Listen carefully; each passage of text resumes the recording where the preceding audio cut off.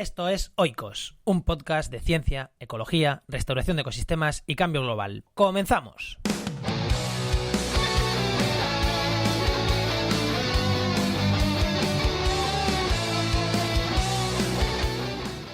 Hoy vamos a hablar de esponjas marinas y del ciclo de silicio. Sí, parecen dos cosas muy raras, muy conceptos que igual pueden interesar poco, pero no te asustes, que va a estar fácil de entender y va a estar chulo, creo yo.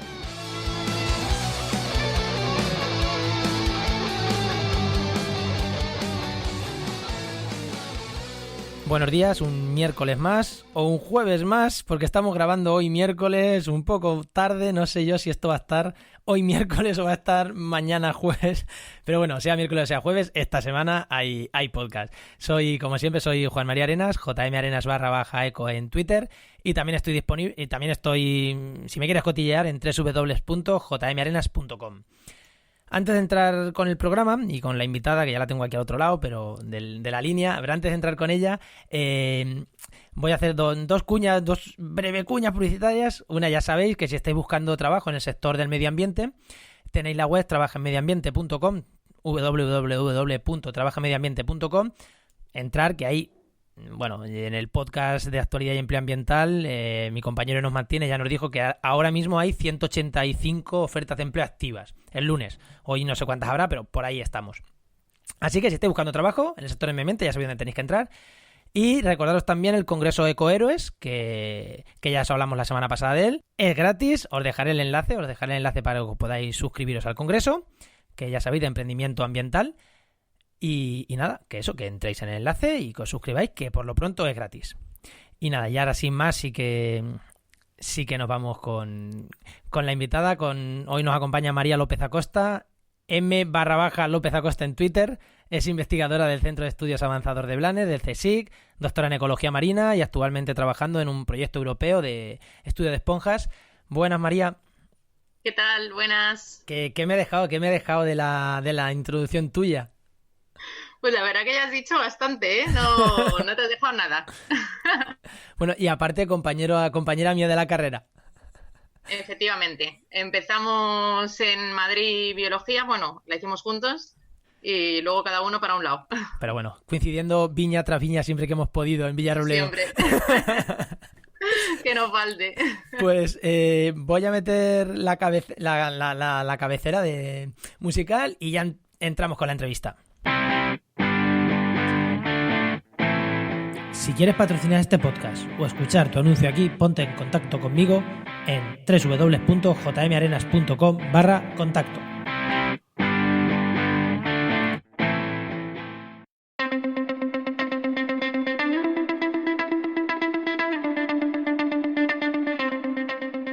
Bueno, María, que vamos a empezar por el principio. Cuéntanos brevemente a qué te dedicas. Brevemente, no te hagas el speed de media hora, que ya te iremos preguntando poco a poco, pero ¿a qué te dedicas? Bueno, como has dicho, que hoy vamos a hablar un poco de esponjas y de ciclo del silicio, pues yo estudio esponjas marinas, que son unos animales que viven en el fondo del mar, y estudio cómo las esponjas consumen nutrientes en el océano. Y especialmente el que más estudio es el del silicio. ¿Y por qué? ¿Por qué interesa estudiar el silicio? Porque la verdad que dices, ¿por qué no estudiar CO2 como estudia todo el mundo? ¿O nitrógeno como estudia todo el mundo?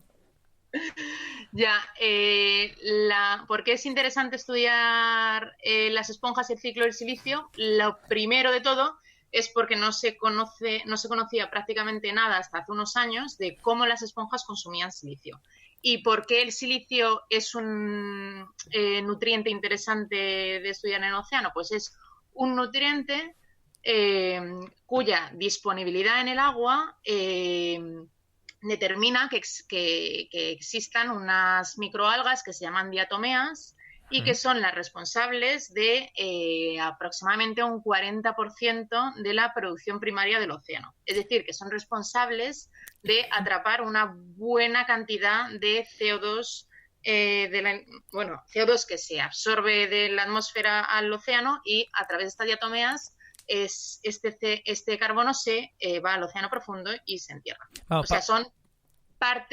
Ayudan a a lo que el océano está suponiendo que es un sumidero de carbono. Vamos por partes. Lo primero, pues como digo siempre, para que lo entienda bien, mi amigo el informático, o el amigo informático de cualquiera que le gusta el medio ambiente pero no tiene ni idea, cuando le hablas de producción primaria se pierde, pero yo me ha quedado clara, es cómo cogen, y la utilidad es que estas diatomeas cogen el CO2, ¿no? Y eso, forman sus esqueletos, cogen silicio y CO2, forman, por así decirlo, sus esqueletos, y cuando mueren... Con el silicio forman el esqueleto, con lo cual necesitan silicio sí o sí para vivir, y el CO2 lo utilizan para hacer la fotosíntesis. Exactamente. Entonces, y cuando mueren, pues caen para el fondo y ahí se acumula, por así decirlo, el CO2 que estaba libre en la atmósfera. O sea, es una forma de quitar CO2 a la atmósfera. Y la importancia viene que las esponjas también consumen el mismo silicio que consumen las diatomeas, ¿no? Entonces, claro, ahí podríamos tener... Hay que entender bien cómo lo consumen las esponjas para... Efectivamente. Sí, porque hasta hace pocos años se había considerado que solo las diatomeas eran las que estaban consumiendo mayoritariamente silicio en el océano, con lo cual no se estaban considerando otros organismos que hay en el océano que también consumen silicio en los cálculos de los flujos, de cómo circula el silicio en el océano. Claro, y si están los cálculos, se ha quitado una parte importante, pues no se hacen bien los cálculos. Efectivamente. Y otro detalle que hablábamos ayer, hablando un poquito del programa, las diatomeas has dicho que son los principales, no sé si has dicho no, los principales consumidores de CO2 del océano. Son responsables como de un 40% de la producción primaria, yo pues diría... Claro, si son responsables del 40% de producción primaria, son los responsables de consumir el 40% del CO2 que se consume de la atmósfera, a grosso modo. A grosso modo, y sí. Si hay... Igual lo que digo es una tontería, pero creo que no. Creo que leí hace... No sé si incluso en la carrera, es que no me acuerdo. Que o sea, siempre consideramos que los pulmones verdes del planeta son el Amazonas, pero realmente quien consume CO2 realmente en la Tierra son los microorganismos marinos. Más incluso que los grandes bosques. Entonces, si tenemos a los microorganismos marinos que más CO2 consumen y en el mar se consume la gran mayoría de CO2 que se capta, ¿no? Por así decirlo, más que consume, que se capta, que se le quita a la atmósfera, podríamos estar diciendo que el ciclo de silicio afecta directamente a los principales microorganismos que quitan CO2 a la atmósfera. Sí, o sea que cambio climático... De hecho, si no hay disponibilidad de ese silicio, ya te digo que estas diatomeas no existen, no se reproducen y no pueden formar su esqueleto.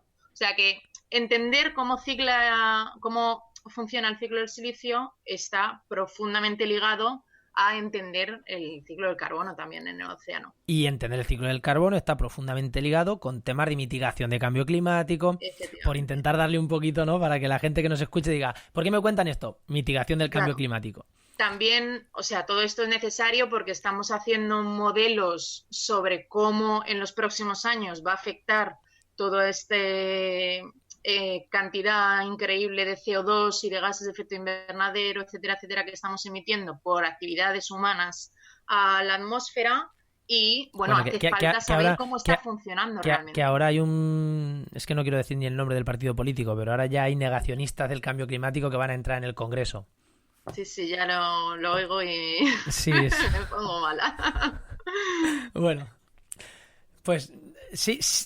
Existe el cambio climático, no hace falta que... hay pruebas científicas, todas las que se les puede explicar. No tengo claro que de todas maneras lo quieran aceptar, pero... No lo van a querer aceptar. Y esto del silicio, ¿no? Es lo que tú estuviste estudiando básicamente durante tu tesis. Claro, sí, mi tesis consistió en estudiar cómo las esponjas consumen silicio. Y lo que hice fue un montón de experimentos en el laboratorio, de experimentos in situ, es decir, donde las esponjas están viviendo en el fondo del mar, para medir la cantidad de silicio que las esponjas están consumiendo. Y además también estudié una población de una localidad en particular, que ahora sí que les te explico, de todas las esponjas que había en esa zona, de manera que sabiendo cuánto silicio estaban consumiendo estas esponjas y sabiendo la cantidad de esponjas que había, pues podía estimar cuánto silicio estaban utilizando las esponjas de esa zona, de esa población. Y fíjate, no lo hemos hablado, pero te voy a decir algún dato que sea en plan, la esponja consume un 10% de lo que consumen las diatomeas, o un 50%, o donde hay esponjas no hay diatomeas. No sé, he dicho una tontería por decir, no sé. Bueno. Alguna, a lo mejor no es tontería, lo he dicho por decir algo, pero igual no es tan tontería. No está mal. Pues mira. De hecho, han acertado bastante. ¿Sí? Donde yo durante la tesis, la gran mayoría del trabajo lo hice en la bahía de Brest, que es, Brest está en la Bretaña francesa. Me fui allí a trabajar con los que posiblemente más saben del mundo del ciclo del silicio, a un centro de investigación francés. Y la bahía de Brest es un ecosistema que es muy rico y en donde predominan claramente las diatomeas. O sea, me refiero, es agua muy rica en nutrientes y hay un montón de diatomeas, igual que comparándolo con las que tengo yo aquí en Blanes, en el sur de la Costa Brava, pues aquí prácticamente no hay comparado con las que yo me encontraba allí en la bahía. Y estudié las esponjas que había allí y las esponjas consumían casi un 10%, o sea que vamos, prácticamente como si me hubieras leído la mente, de lo que consumían las diatomeas. La otra cosa es que las diatomeas y las esponjas están jugando dos papeles, o sea, no siempre están compartiendo el ecosistema, por decirlo así. O sea, no siempre están viviendo juntas, porque las diatomeas, dado que son organismos fotosintéticos, necesitan de luz para sobrevivir. Sí, son algas. Efectivamente. Y entonces, las esponjas no. Las esponjas son animales filtradores que se alimentan de materia orgánica o de pequeños microorganismos o pequeño plancton que filtran y que introducen en su organismo y se alimentan de eso. O sea, les da igual que haya luz en gran mayoría de los casos. Solo algunas esponjas es cierto que tienen simbiontes que son fotosintéticos, pero son casos puntuales. Entonces, ¿qué pasa? Para que no lo sepa, simbiontes fotosintéticos quiere decir que dentro de su cuerpo tienen algas dentro del cuerpo. Eso es. Me he ido ya como nuestras bacterias que tenemos en el estómago, ¿no? Que tenemos ahí igual, pues algo del estilo. Sí. Y entonces, claro, en la zona del océano, en donde hay luz, que así en promedio digamos que son los primeros 200 metros de profundidad, pues sí que pueden convivir. Pero a partir de 200 metros no hay diatomeas. Y esponjas sí que puede haber, y de hecho hay. Y dado que el océano tiene una profundidad máxima de 11.000 metros, pues hay una gran parte del océano en donde las esponjas están consumiendo silicio y no hay diatomeas que estén consumiendo. O sea que a veces están jugando como en dos ligas separadas, por decirlo así. O sea que no hay una competencia que diga donde más esponjas hay y menos diatomea, lo que he dicho yo. Que... No. No, y si en algún caso hubiera competencia, las diatomeas ganan, porque son mucho más eficientes a la hora de consumir silicio. Vale, y una pregunta que a lo mejor alguien no está escuchando, ¿el silicio de dónde viene? Pues, bueno, puede venir de diferentes sitios, pero generalmente viene de disolución de rocas silíceas. O sea, el silicio es el segundo elemento más abundante de la corteza terrestre y la gran mayoría de las rocas formadas tienen silicio. Entonces, cuando se disuelven estas rocas, pues se disuelven componentes que llevan silicio, que pueden entrar en los ríos, y esto circula al océano. Y una pregunta, igual no tiene que ver, ¿tiene algo también el Sáhara, por ejemplo, que mete la arena del Sáhara que cae al mar? Sí, también mete mucho silicio, ¿no? Porque los caladeros de pesca que hay por Mauritania son caladeros de pesca porque hay mucha diatomea. Asumo que será porque el Sáhara meterá y ahí no va a ser disuelto en ríos. No, a ver, el disuelto en ríos posiblemente es como la fuente más importante, pero hay otras fuentes como por ejemplo es el polvo, también hay algunas de fuentes hidrotermales que también están generando silicio, o sea, no es única, pero la gran mayoría, digamos que la entrada viene por ríos, que viene de haber como disuelto las rocas. Sí, pero que también, digo, yo lo del silicio siempre me lo veo a Mauritania, porque durante la carrera hice ahí un pequeño trabajo con aquello. Pero claro, a mí te he preguntado, porque digo, en Francia no hay esos vientos de polvo. No. Vale, disuelto y vale. Claro. Pues sí. Luego también es cierto que se recicla un montón. O sea, el silicio, las diatomeas consumen este silicio y cuando se mueren no todo su esqueleto se va al fondo. Hay una buena parte que se disuelve otra vez en el océano y vuelve a estar disponible para que lo vuelvan a consumir los organismos que utilizan silicio. ¿Por qué? Porque el océano es pobre en silicio. Reencarnación. Efectivamente, permanentemente. Eso es la reencarnación. O reciclado de nutrientes, que también llamamos los biólogos. Reciclado de nutrientes, clarísimo. O reencarnación. Mis moléculas sirven para dar otras moléculas de diatomea. Que, pues, y ahora mismo, pero ahora ya no te estás dedicando, no, lo que me está hablando es que ahora ya no te estás dedicando en concreto al silicio, ¿no? Ahora estás en un proyecto también, ahora estás en otro proyecto, que es un proyecto europeo, ¿no? Que es el proyecto Sponges o... Bueno, Sí. es un proyecto europeo del Horizonte 2020, ¿no? Sí, efectivamente. O sea que es un megaproyecto asumo que con universidades de toda Europa y supongo que con empresas y con universidades de medio mundo, a lo mejor incluso. Es un megaproyecto de 18 instituciones europeas y realmente es un consorcio que además de Europa está Estados Unidos y Canadá. ¿Y qué es lo que estáis estudiando con este megaproyecto? Pues el objetivo es estudiar ecosistemas que se consideran vulnerables, que están en el Atlántico Norte profundo, en el océano profundo, y en donde hay agregaciones de esponjas. Entonces no se conoce prácticamente nada de estos ecosistemas. Entonces resulta que en el fondo del Atlántico, a 200 metros de profundidad, pero también a 2000 metros de profundidad, en algunas zonas hay auténticos arrecifes de esponjas del océano profundo y no se conoce prácticamente nada sobre ellos. Entonces este es un proyecto súper interdisciplinar que va desde ciencia básica de conocer nuevas especies, porque seguramente hay especies que ni siquiera conocemos, seguro, hasta crear nuevas políticas de conservación con el fin de que esos ecosistemas se protejan, porque son fuente de protección y alimento para juveniles de algunas pesquerías, o cosas que literalmente se están construyendo durante el proyecto porque no se conoce prácticamente claro, nada. sí, cuando no tienes ni idea, miras y a mí me llamó la atención ayer hablando que decías que estas agrupaciones de esponjas están o en lo que es corteza, o sea, cuando has dicho profundo, es verdad que yo cuando me dijiste esponja en Atlántico profundo, yo me iba a los 4000 metros de profundidad.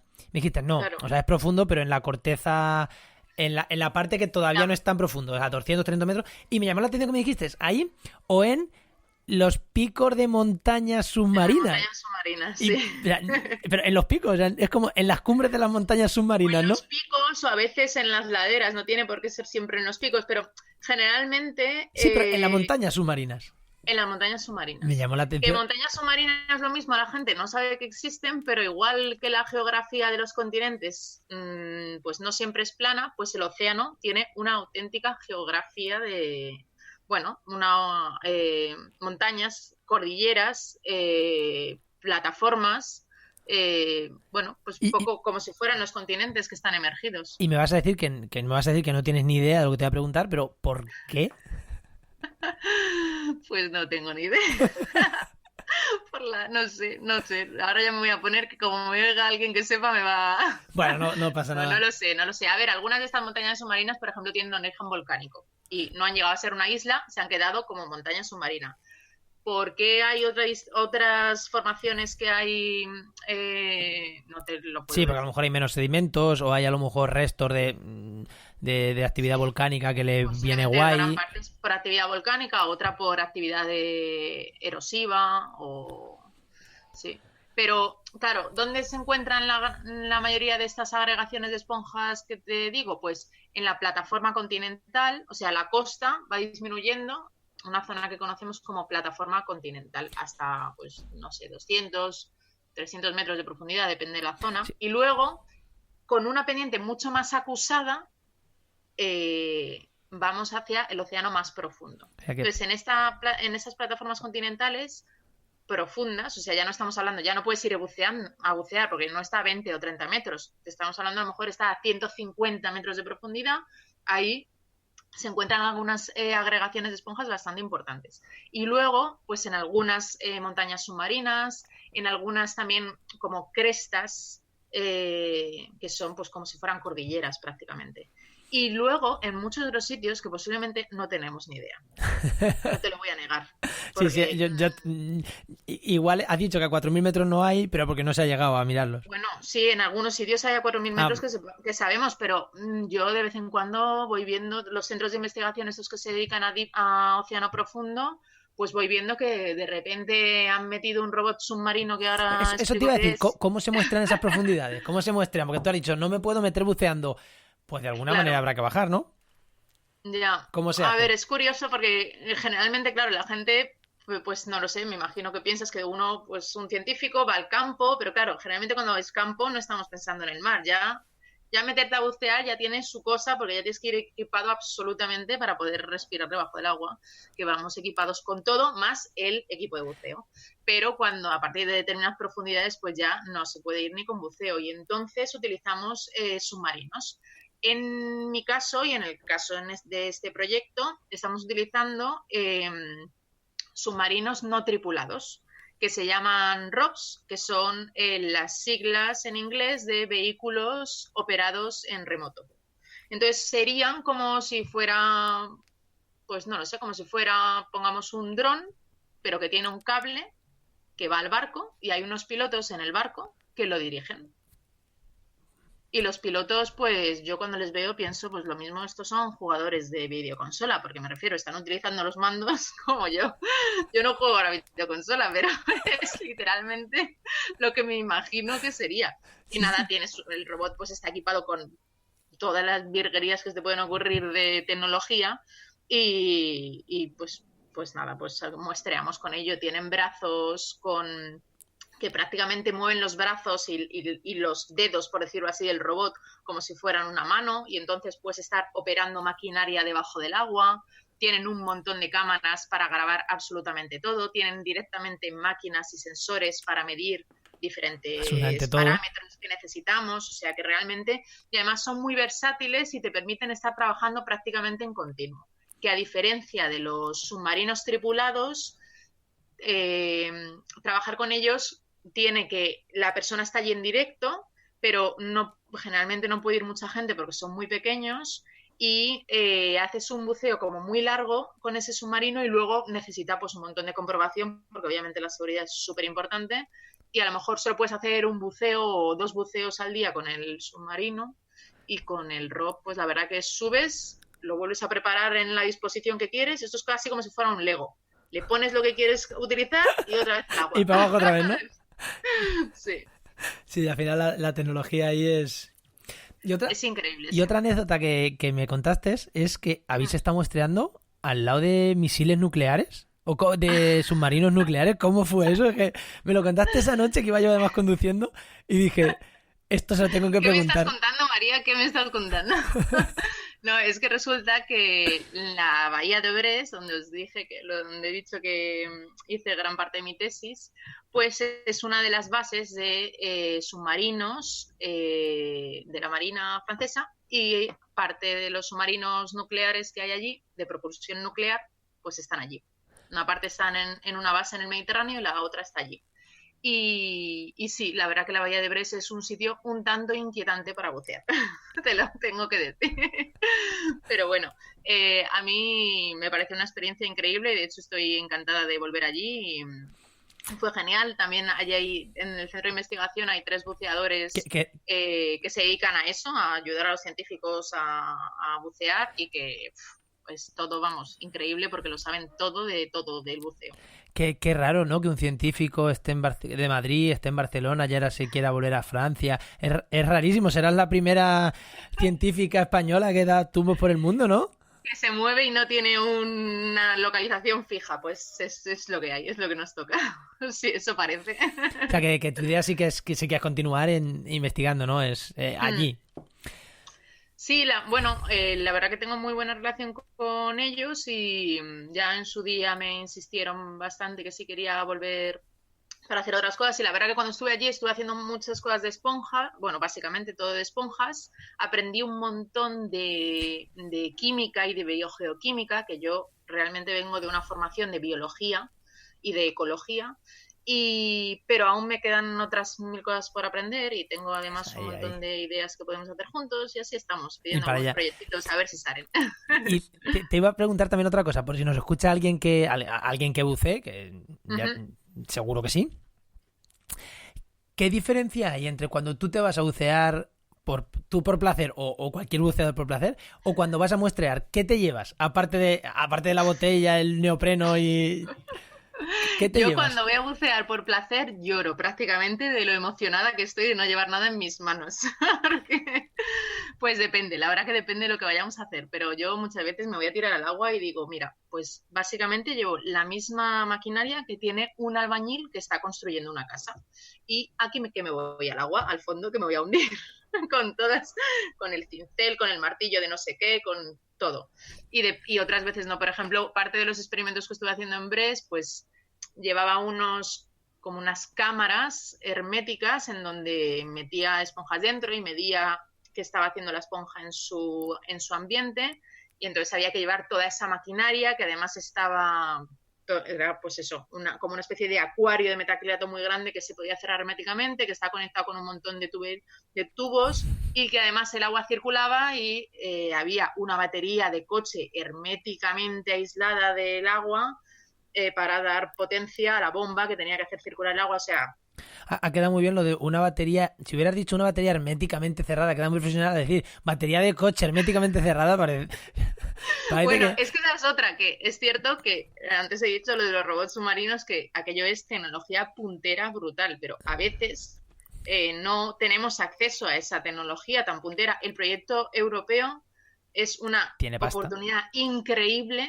porque es la unión de tanta gente.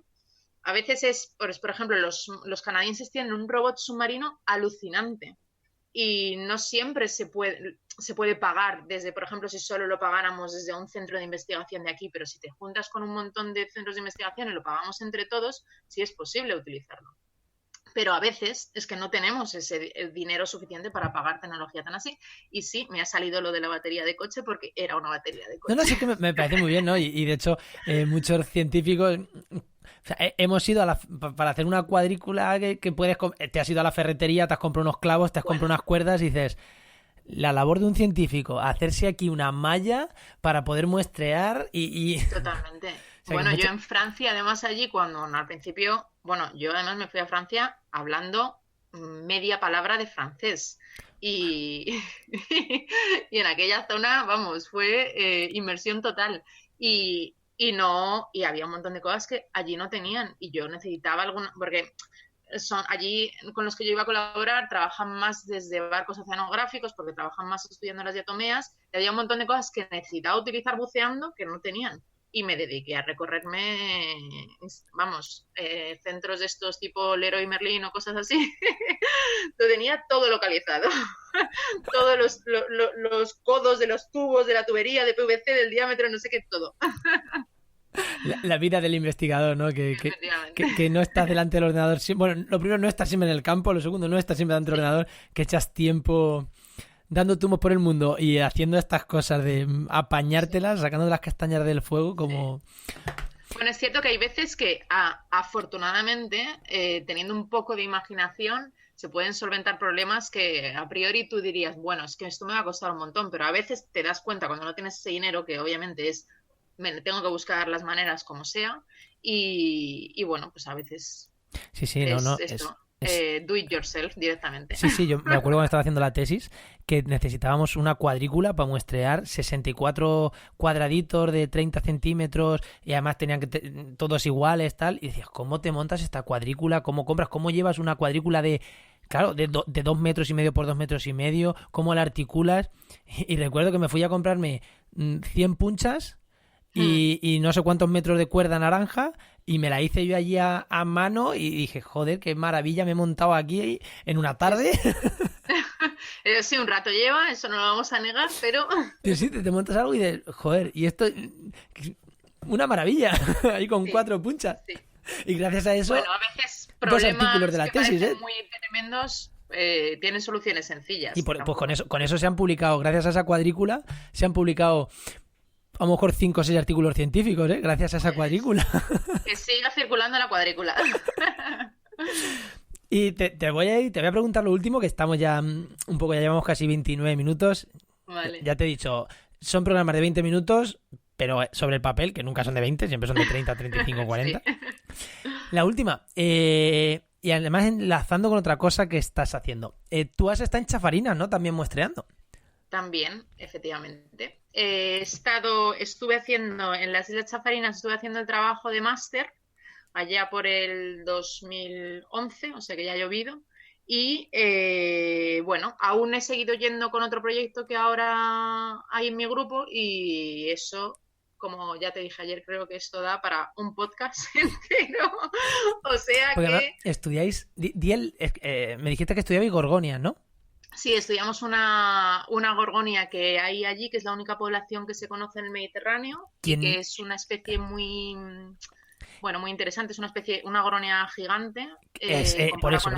Te quería preguntar por esto, básicamente para decir, quien no conozca lo que es una gorgonia gigante, que vaya, voy a poner una foto de esta especie o de otra, de sirve por internet, porque son, para mí son unos animales. Bueno, vamos a poner tanto de esponjas como de gorgonias. Ya sabéis que las notas del programa de Oikos están en restauraciondeecosistemas.com/podcast y ahí las tenéis, la nota del programa. Este es el programa 22.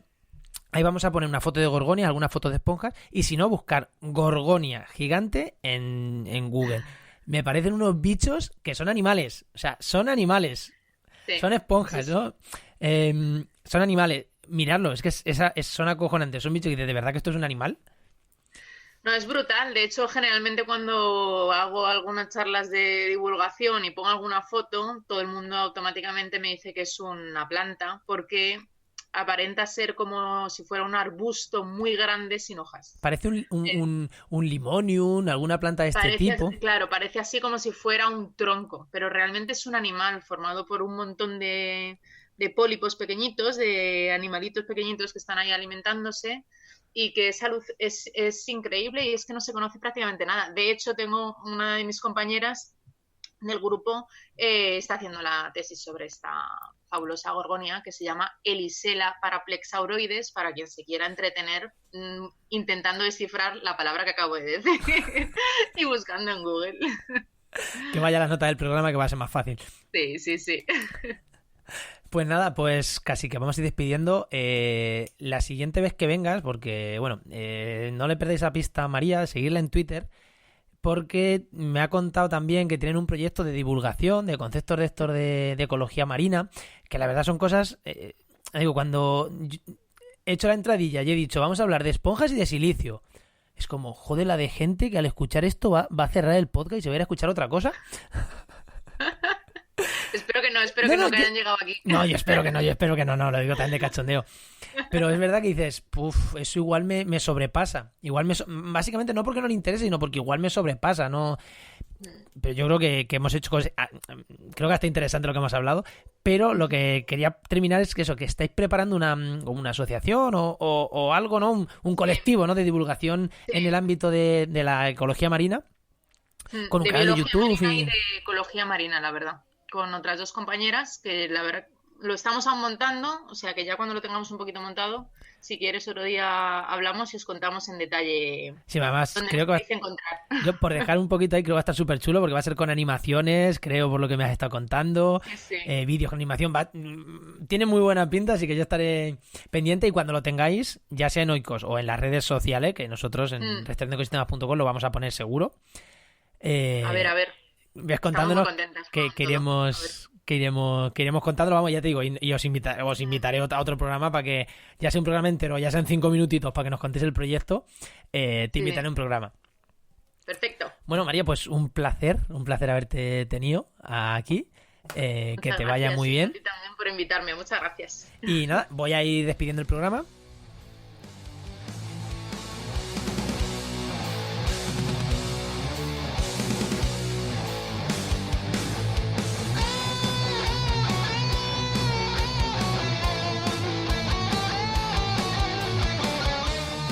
Recuerda que tienes las notas del programa, ya lo he dicho, en restauraciondeecosistemas.com/podcast, ahí las tenéis. Y nada, y como siempre os digo, que estamos en iVoox, en Spreaker, en Spotify, en iTunes, en Google Podcast, en la página web, donde nos escuchéis, darnos una valoración de 5 estrellas en iTunes, en Spotify, suscribiros en todos los canales donde nos estéis escuchando, que eso al final nos ayuda a llegar a más oyentes y nos ayuda pues a seguir haciendo estos programas. Y nada, nos escuchamos el miércoles que viene en un nuevo programa de Oikos. Adiós.